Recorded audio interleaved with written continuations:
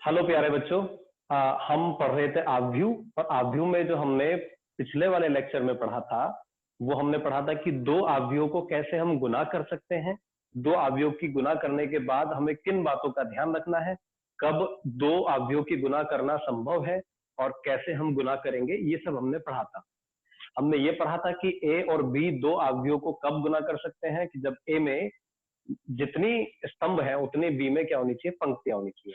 इसके बाद हमने पढ़ा था कि ए बी और बी ए, अगर ए गुना बी और बी गुना ए अगर मैं ज्ञात करना चाहता हूं दो अवयवों में, तो ये हमेशा संभव नहीं है कि मैं ए बी जब ज्ञात कर पाऊं तो बी ए भी संभव हो। उसका कारण मैंने बताया था आपको कि क्रम का की वजह से हो सकता है बी ए परिभाषित ना हो। दूसरा मैंने बताया था कि ए बी और बी ए परिभाषित हो सकते हैं, लेकिन दोनों का क्रम अलग अलग आ सकता है। और तीसरा पॉइंट मैंने बताया था कि क्रम समान होने पर भी ए बी और बी ए व्यापक रूप से समान नहीं होंगे, कभी कभी हो जाएंगे, और वो कभी कभी होंगे उसके मैंने आपको कुछ एग्जाम्पल्स भी दिए थे कि देखिए, अगर आप किसी वर्ग आव्यूह को उसी क्रम के इकाई आव्यूह से, आइडेंटिटी मैट्रिक्स से गुना करेंगे, ए गुना आई करेंगे या आई गुना ए, तो ये समान आएगा। अगर आप किसी वर्ग आव्यूह को उसी क्रम के शून्य आव्यूह से गुना करेंगे, तो ए गुना शून्य और शून्य गुना ए आव्यूह, ये हमेशा शून्य आव्यूह के इक्वल आएगा। इसके अलावा मैंने बताया था किसी भी आव्यूह की आप कोई धनात्मक पावर, धनात्मक घात लेकर उसको हल करेंगे, जैसे ए क्यूब, तो ए क्यूब को आप ए इंटू ए बोलो, या ए स्क्वायर इंटू ए बोलो, या ए इंटू ए स्क्वायर। यहाँ ए स्क्वायर इंटू ए और ए इंटू ए स्क्वायर आपस में बदल सकते हैं। तो अगर एक ही आव्यूह है तो उसकी कितनी अगर आपको घातें निकालनी है, तो उसमें आपको बिल्कुल क्रम का ध्यान नहीं रखना है। आप ए की घात 5 ज्ञात करना चाह रहे हैं तो वो ए क्यूब इंटू ए स्क्वायर भी हो सकता है, और वो ए की घात 2 गुना ए की घात 3 भी हो सकता है। ये हमने पढ़ा था। साहचर्य नियम का पालन करता है ए ब्रैकेट में बी सी बराबर ए बी इंटू सी, ये होता है। ये मैंने आपको पिछली कक्षा में बताया था। अब देखिए, इस वाली कक्षा में हम पढ़ेंगे, हम वैसे जो हम इससे पहले पढ़ रहे थे, हमने आपको वहां तक पढ़ाया था जहां हम किसी आव्यूह के अंदर गणितीय आगमन सिद्धांत का इस्तेमाल करते हैं। तो गणितीय आगमन सिद्धांत का इस्तेमाल कहाँ करते हैं, सभी बच्चे जानते हैं, जहां कोई कथन या कोई फॉर्मूला, कोई सूत्र आपको सभी प्राकृतिक संख्याओं के लिए सत्य सिद्ध करना हो, तब आप तब किसका यूज करेंगे, आप गणितीय आगमन सिद्धांत का। अब जैसे मैं आपको थोड़ा सा बताना चाहता हूं कि देखिए, आप अगर एक कोई आव्यूह आपको दिया हुआ है, वर्ग आव्यूह, तो इस वर्ग आव्यूह में आप क्या ज्ञात कर सकते हैं, आप ए का स्क्वायर, आप ए की घात 3, आप ए की घात 4, लेकिन आपसे अगर कोई बोले कि ए की घात 100 ज्ञात करो, तो ये करना आपके लिए आसान नहीं होगा। आप ए को 100 बार गुना नहीं करेंगे। या मैं आपसे बोलूं कि आपको ए की घात n ज्ञात करना है, और साइड में लिखा हुआ है कि n जो है वो क्या है, ए की घात n ज्ञात करना है, और n क्या है, कोई भी प्राकृतिक संख्या है, तो आप नहीं निकाल सकते, क्योंकि ए की घात n तो ए की घात 2 को भी प्रदर्शित करेगा, ए क्यूब को भी, ए की घात 4 को भी, सभी को प्रदर्शित करेगा।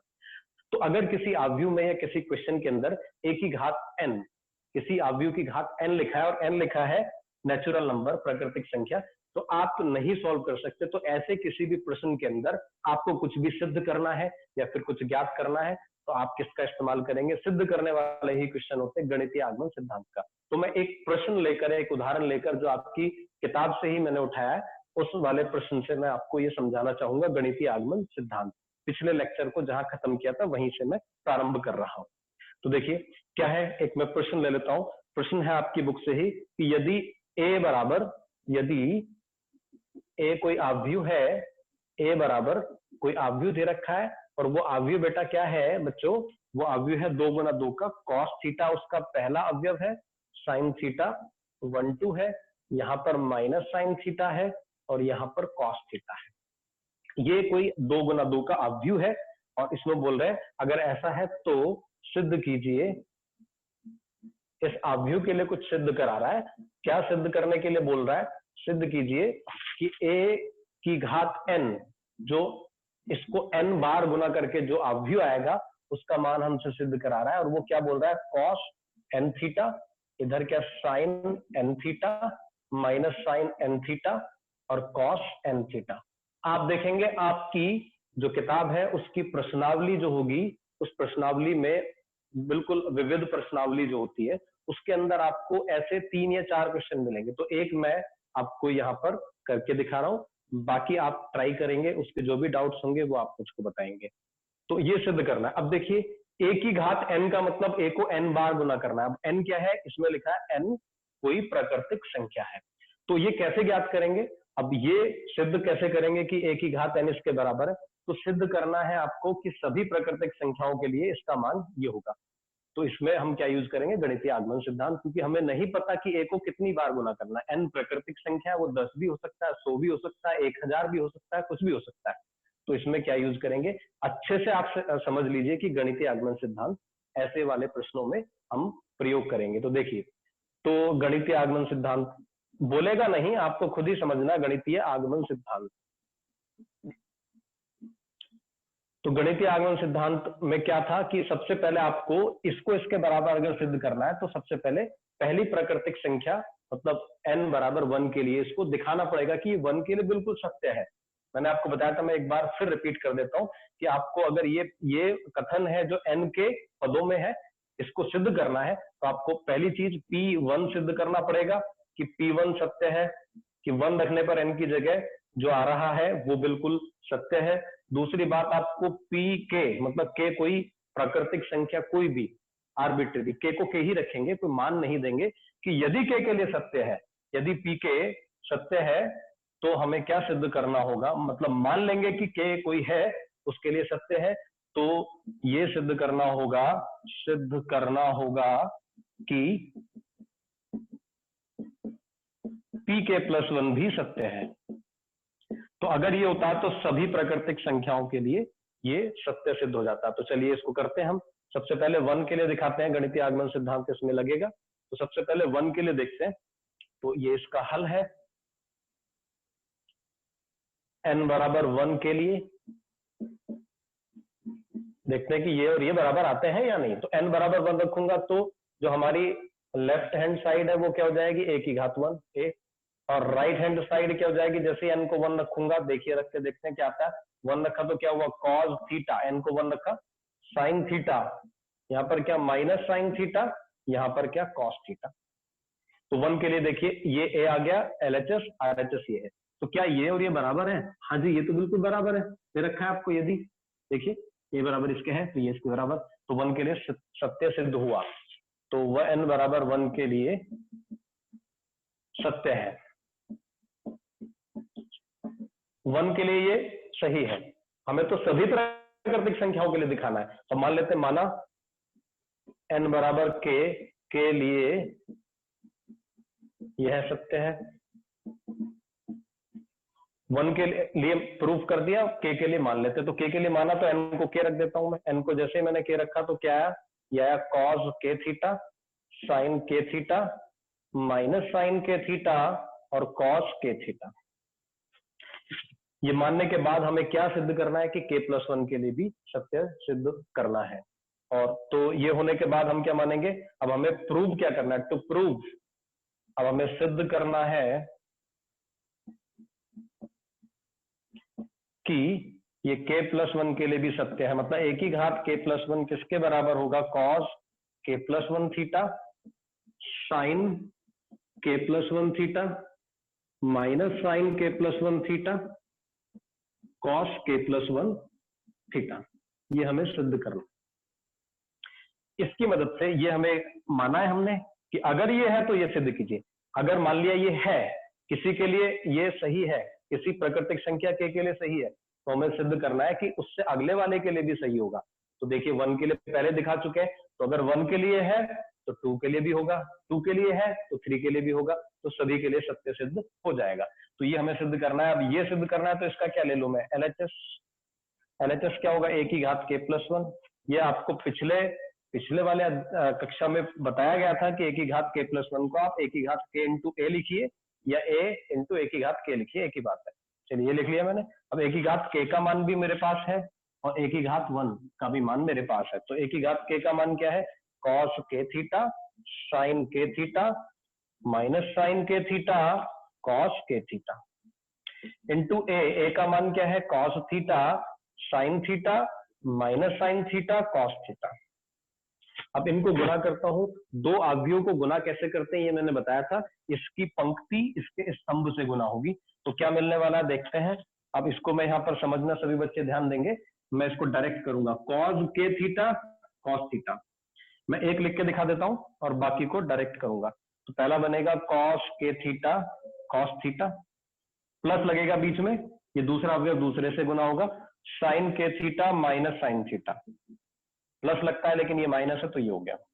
तो मैं एक अवयव आपको लिख के दिखाया, तो ये क्या बना देखिए, cos A cos B minus sign A sine B. तो ये बना cos A cos B minus sign A sine B. सभी बच्चे त्रिकोणमिति का ये फॉर्मूला जानते हैं, cos A cos B minus sign A sine B बराबर होता है कॉस ए प्लस बी। तो ये क्या बनेगा, मैं इसको यहां लिख देता हूं, ये बनेगा कॉस के प्लस वन थीटा। ये पहला अवयव बन गया। अब दूसरा देखिए, दूसरा वाला अवयव यहां पर आएगा, मैं डायरेक्ट लिख रहा हूं, कॉस के theta sine theta plus sign के थीटा कॉस थीटा। देखिए cos A sine B sign A cos B, sign A cos B plus cos A sine B, तो ये बन जाएगा साइन ए प्लस बी, तो साइन के प्लस वन थीटा। इसी प्रकार यहां आएगा, आप कर लेना इसको हल, साइन के प्लस वन थीटा और यहाँ पर कॉस के प्लस वन थीटा।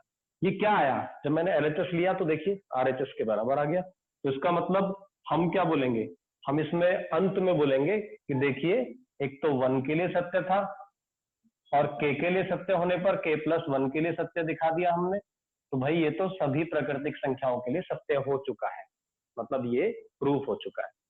तो आखिर में हम क्या लिखेंगे कि सभी प्राकृतिक संख्याओं के लिए for all natural number n belongs to n के लिए एक ही घात n बराबर ये। तो एक बार मैं फिर बता देता हूँ, सबसे पहले n बराबर 1 रख के इसको दिखाइए कि बराबर है।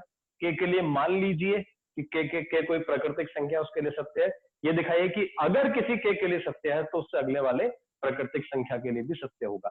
तो के लिए मैंने n को के रखा दोनों साइड, ये मान लिया, इक्वेशन 1 डाल दी।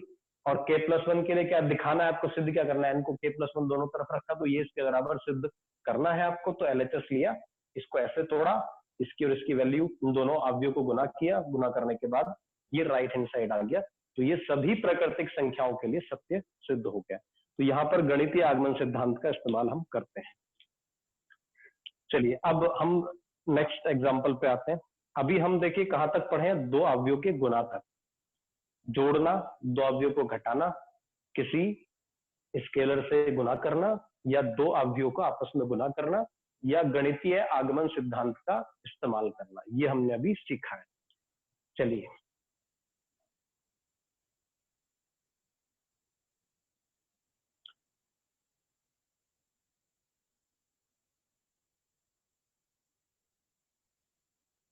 अब मैं इसके अगले कॉन्सेप्ट पर आता हूं। उसको पढ़ाने के बाद अगले कॉन्सेप्ट को मैं पहले यही तक के और प्रश्न आपको हल कराऊंगा, ताकि आपको कोई भी दिक्कत ना आए। उस तरह के अच्छे अच्छे क्वेश्चन कराऊंगा जिससे मिलते जुलते क्वेश्चन आपको आपकी प्रश्नावली में मिलेंगे। तो अगला जो टॉपिक है इसमें गुना के बाद आता है, इसके बाद आता है, अच्छा चलिए क्वेश्चन कर लेते हैं पहले, उसके बाद ही करेंगे अगला टॉपिक।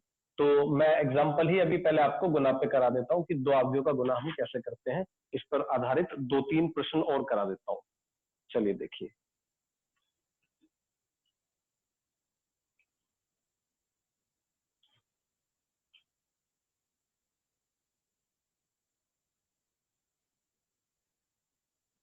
चलिए ये देखिए बहुत अच्छा प्रश्न है, ये आपकी प्रश्नावली में जरूर होगा। और ये बहुत सारे बच्चों की, मैं जब हर वर्ष पढ़ाता हूं तो सभी बहुत सारे बच्चों का ये डाउट बनता है। क्वेश्चन क्या है देखिए, इफ ए बराबर, यदि आव्यूह ए बराबर, आव्यूह दे रखा है एक ए, वो आव्यूह क्या है, आव्यूह है 0, ये वाला अवयव है माइनस का tan अल्फा बाई 2, ये वाला अवयव है tan अल्फा बाई 2, ये है 0। और ये आव्यूह ए दे रखा है, इसमें बोला है कि तथा आई जो है वो क्या है, इकाई आव्यूह है। आप समझ गए, 2 गुना 2 क्रम का। एक तो ये आव्यूह दे रखा है, एक आई आपसे बोल रहा है इकाई आव्यूह है, तो आपसे बोल रहे हैं तब सिद्ध कीजिए, दिखाइए या सिद्ध कीजिए, सिद्ध नहीं करना है इसमें, बोल रहा है कि तब दिखाइए कि a minus a plus I बराबर आई माइनस ए गुना cos alpha minus sine alpha cos alpha. ये हमें दिखाना है कि देखिए a को जब i में हम जोड़ेंगे तो जो आव्यूह आएगा वो इन दोनों आव्यूह का मल्टीप्लाई करके गुना करके आएगा। तो ये हमें दिखाना है। चलिए, तो अब ये दिखाना है, तो दिखाने का मतलब क्या होता है? सिद्ध करने का और दिखाने का मतलब आपको फर्क पता होगा। दिखाने में क्या होता है? दिखाइए मतलब इसका मान भी निकालिए, इसका मान भी, और दोनों को बराबर दिखा दीजिए। तो चलिए हम करते हैं। सबसे पहले हम क्या करते हैं, इसका लेफ्ट हैंड साइड सॉल्व करते हैं। लेफ्ट हैंड साइड क्या, देखिए आई प्लस ए, तो आई आप समझते ही हैं 2 गुना 2 का ये होगा, प्लस ए क्या है 0 minus tan alpha by 2, tan alpha by 2 0। इसको जोड़ के क्या आएगा 1। अच्छा देखिए, इस प्रश्न में जब मैं राइट हैंड साइड सॉल्व करूंगा तब भी आई माइनस ए आएगा, तो वहां भी टेन अल्फा बाई 2 आएगा। तो मैं मान लेता हूं कि टेन अल्फा बाई 2 मुझे बार बार ना लिखना पड़े, बाद में जब आएगा मैं वापस लिख दूंगा, उसको मैं टी बोल देता हूँ। तो ये क्या हो जाएगा, ये हो जाएगा, अगर मैं इसको इसमें जोड़ता हूं तो क्या होगा 1 प्लस 0 1, 0 में इसको जोड़ता हूं तो माइनस का टेन अल्फा बाई 2 मतलब टी, ये टी और ये कितना 1। तो ये तो एलएचएस की वैल्यू आ गई। अब मैं निकालता हूं आरएचएस का मान। आरएचएस में क्या है, आरएचएस देख लीजिए आई माइनस ए, तो आई माइनस ए यहां पर माइनस लग जाएगा, मैं डायरेक्ट कर रहा हूं आरएचएस। आई माइनस ए का मान क्या होगा, इसमें माइनस लग जाएगा तो 1, 0 में से अगर इसको घटाऊंगा तो टेन अल्फा बाई 2 मतलब टी, 0 से इसको घटाऊंगा तो minus tan alpha by 2 minus T, ये क्या होगा 1 गुना, गुना किससे कर रहा हूं, cos alpha minus sine alpha और कॉस अल्फा। चलिए अब देखिए, अब ये तो है tan alpha by 2, tan alpha बटे 2, और ये क्या है कॉस अल्फा, ये साइन अल्फा, ये अल्फा बटे 2 में है, ये अल्फा में। लेकिन सभी बच्चे जानते हैं कि कॉस अल्फा और साइन अल्फा को भी आप टेन अल्फा बटे 2 में लिख सकते हो। तो लिखोगे तो ज्यादा आसान रहेगा कैलकुलेशन करना। तो मैं पहले यहाँ पर इसको मल्टीप्लाई कर देता हूँ, फिर मैं लिख दूंगा। देखिए ये दो फॉर्मूले 10वीं 11वीं क्लास के यूज होंगे। कॉस अल्फा बराबर क्या होता है, कॉस अल्फा बराबर होता है 1 minus cos square alpha by 2 upon 1 plus cos square alpha by 2। और साइन अल्फा बराबर क्या होता है 1 माइनस टू, सॉरी ये गलत लिख दिया मैंने, 1 minus ten square alpha by 2 और 1 plus ten square alpha by 2। ये होता है 2 टेन अल्फा बाई 2 अपॉन, सभी बच्चे इसको जानते हैं कि ये दो फॉर्मूले होते हैं। तो इनका इस्तेमाल करेंगे, पहले गुना कर लेते हैं। गुना करेंगे तो कैसे करेंगे, सभी बच्चे जानते हैं कि दो आव्यूह को गुना कैसे करेंगे, cos alpha 1 into cos alpha plus t sine alpha. तो cos alpha plus t sine alpha, इसको दूसरे स्तंभ से गुना करेंगे तो minus sine alpha plus t cos alpha.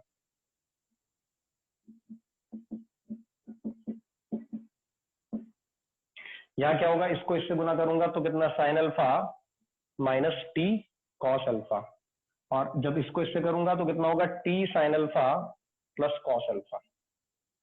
तो देखिए ये दोनों बराबर है और ये दोनों में माइनस का फर्क है, बस ये इसका ऋणात्मक नेगेटिव है।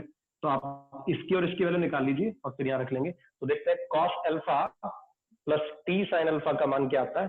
तो कॉस अल्फा क्या है बेटा, कॉस अल्फा ये रहा 1 minus ten square alpha 1 minus T square upon 1 plus T square, plus t sine alpha का मान क्या है 2t upon 1 plus T square.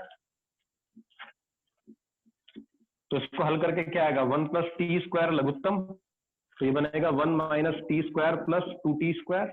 कितना हो गया देखिए बच्चों 1 plus T square upon 1 plus T square कितना हो गया 1। तो इसका मान तो 1 आ गया। अब इसका मान देखते हैं किसका, sign alpha minus sine alpha plus t cos alpha. तो साइन अल्फा क्या है 2t बटे 1 प्लस टी स्क्वायर, और टी कॉस अल्फा का मान क्या है 1 माइनस टी स्क्वायर बटे 1 प्लस टी स्क्वायर।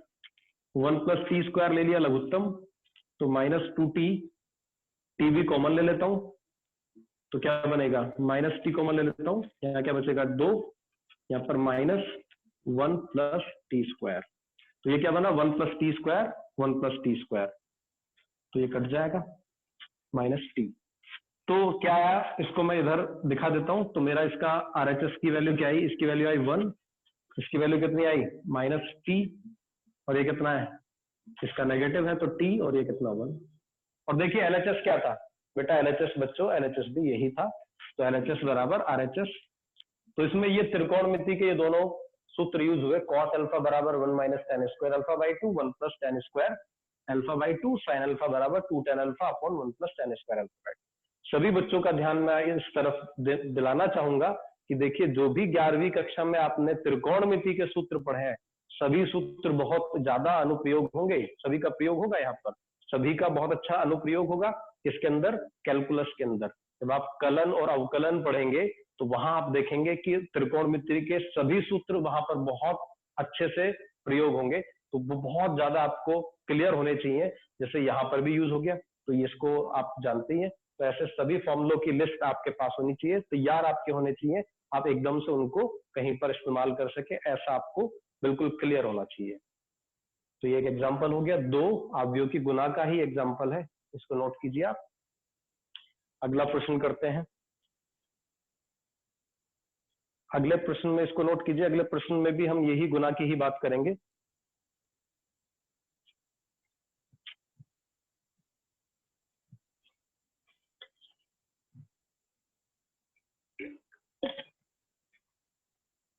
चलिए देखिए,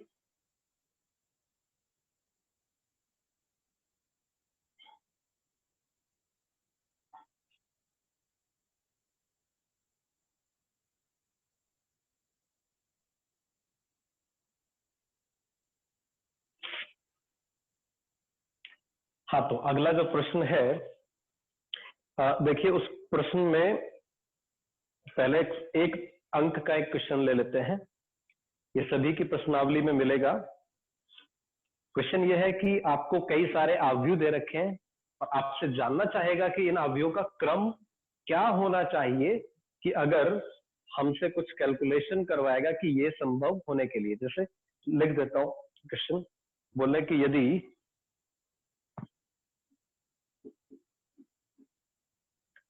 x y z w तथा p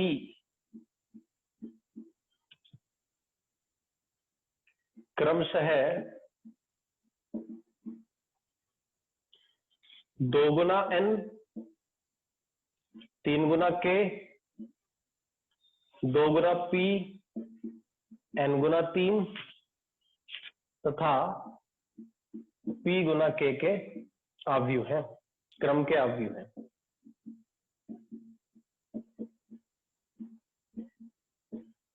तो आप समझ गए x का क्रम क्या है, 2 गुना n, y का क्रम क्या है, 3 गुना k, z का क्रम क्या है, 2 गुना p, w का क्रम n गुना 3 और p का क्रम p गुना k है। चलिए अब हमसे क्या पूछना चाह रहा है, स्मॉल p ले लेता हूं। तो हमसे बोल रहा है कि अच्छा ऐसा है तो बताइए, आप क्वेश्चन है इसमें, तो बताइए कि n, k और p पर में क्या संबंध होगा, पर क्या प्रतिबंध होगा, एक कौन सा संबंध संतुष्ट करेंगे n, k और p यदि p y plus w y परिभाषित हो सके।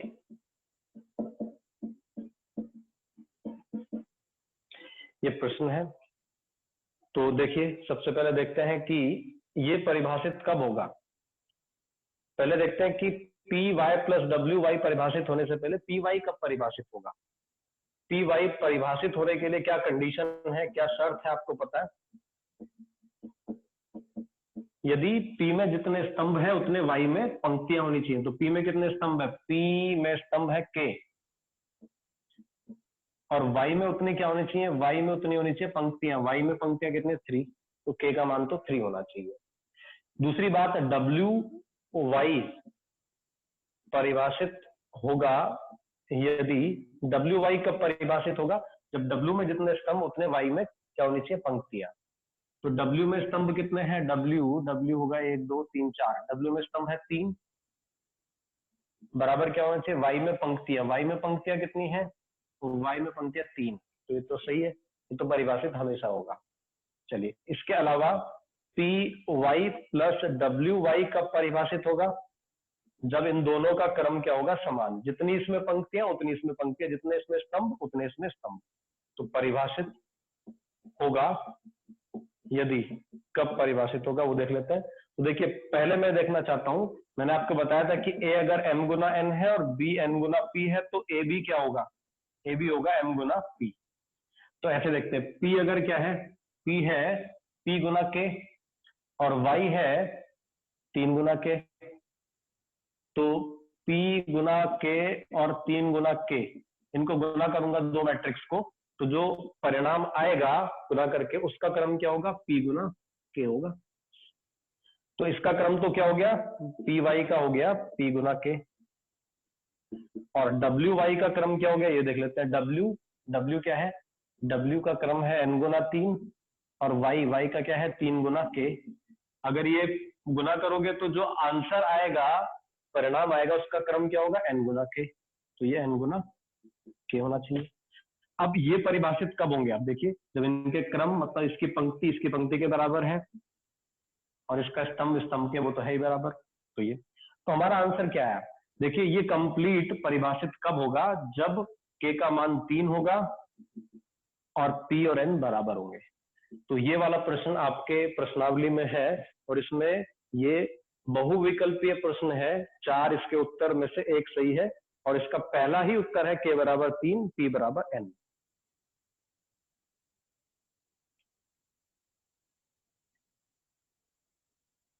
तो इसको नोट कीजिए आप।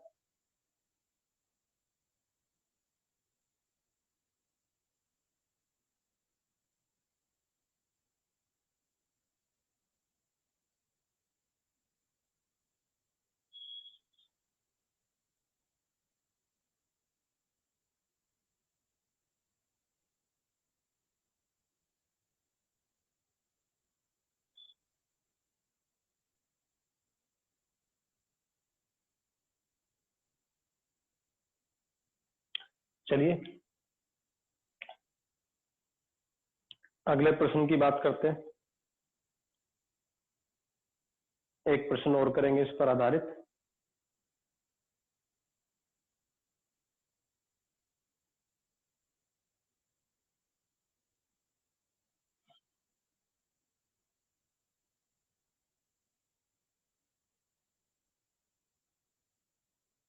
देखिए, अगला प्रश्न है कि एक आव्यूह देने के बाद हमसे एक बहुपद का मान निकलवा रहा है। जैसे ये कर लेते हैं, मैंने कल पिछले क्लास में भी कराया था, पिछली कक्षा में भी। एक और कर लेते हैं। बोले कि यदि a बराबर, a कोई आव्यूह है 1 0 2 0 2 1 2 0 3,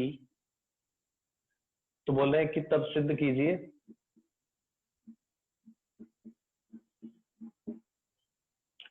a cube minus 7a square plus 7a plus 2i बराबर शून्य सदिश। यह हमें सिद्ध करना है।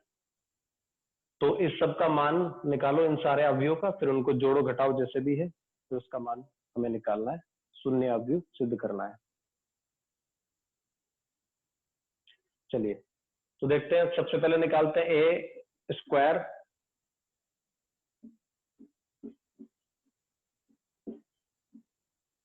तो ए को ए से गुना।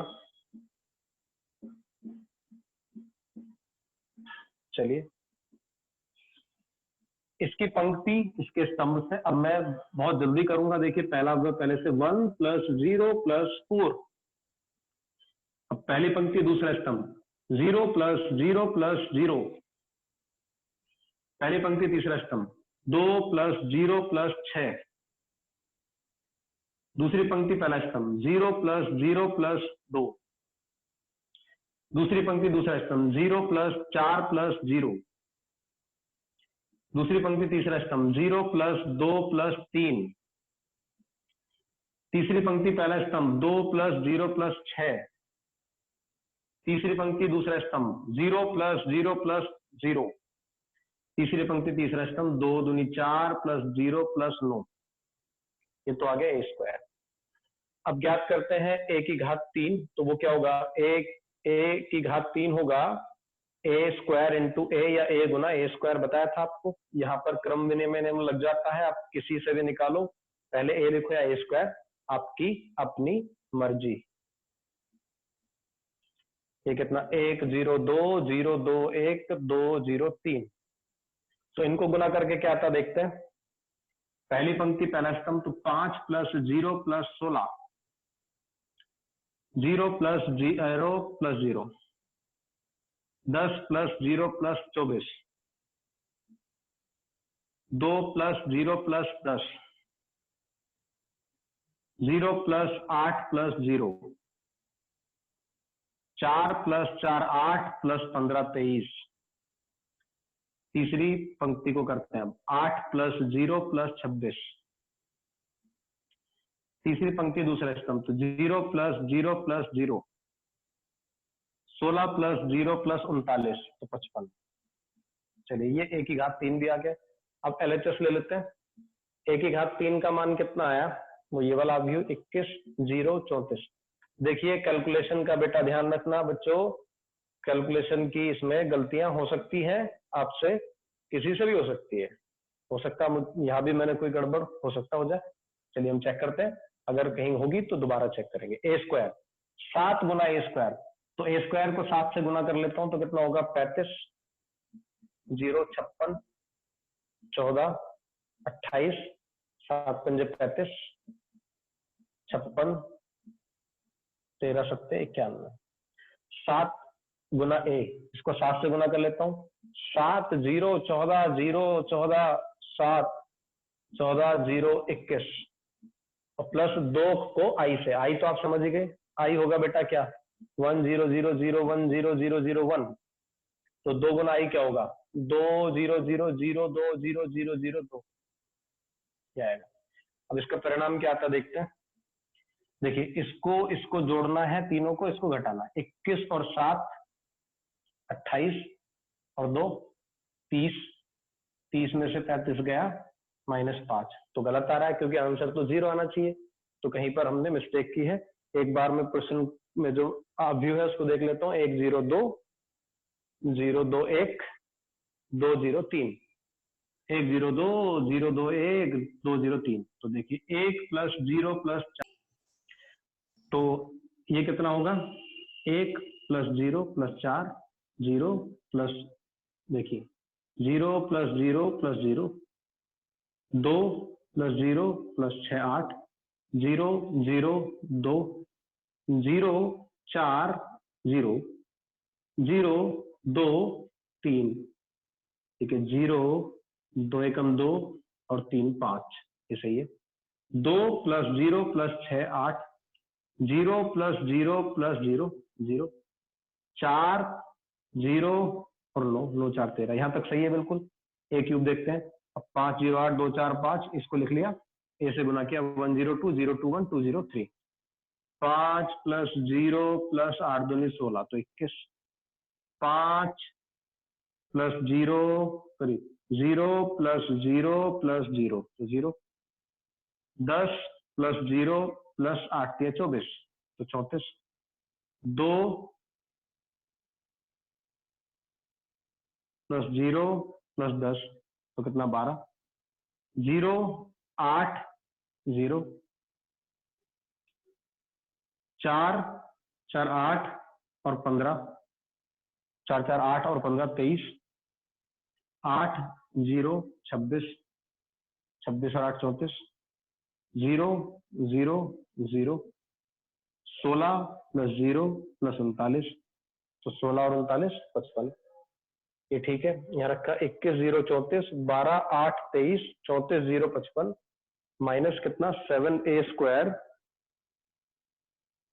ये मैंने गलती से 7 लिख दिया, ये 6 है बेटा, बस यही मिस्टेक थी, लिखने में गलती की थी, तो ये हो जाएगा 30, देखिए ए स्क्वायर है ना 30, ये 48 6 48, ये 12, ये 24, ये 30, ये 6 48 0 13 78। अब देखिए 21 plus 7 28, 2 30, minus 30 zero, zero zero zero zero zero, 34 और 14 48, माइनस 48 जीरो, सभी ये क्या आएंगे शून्य।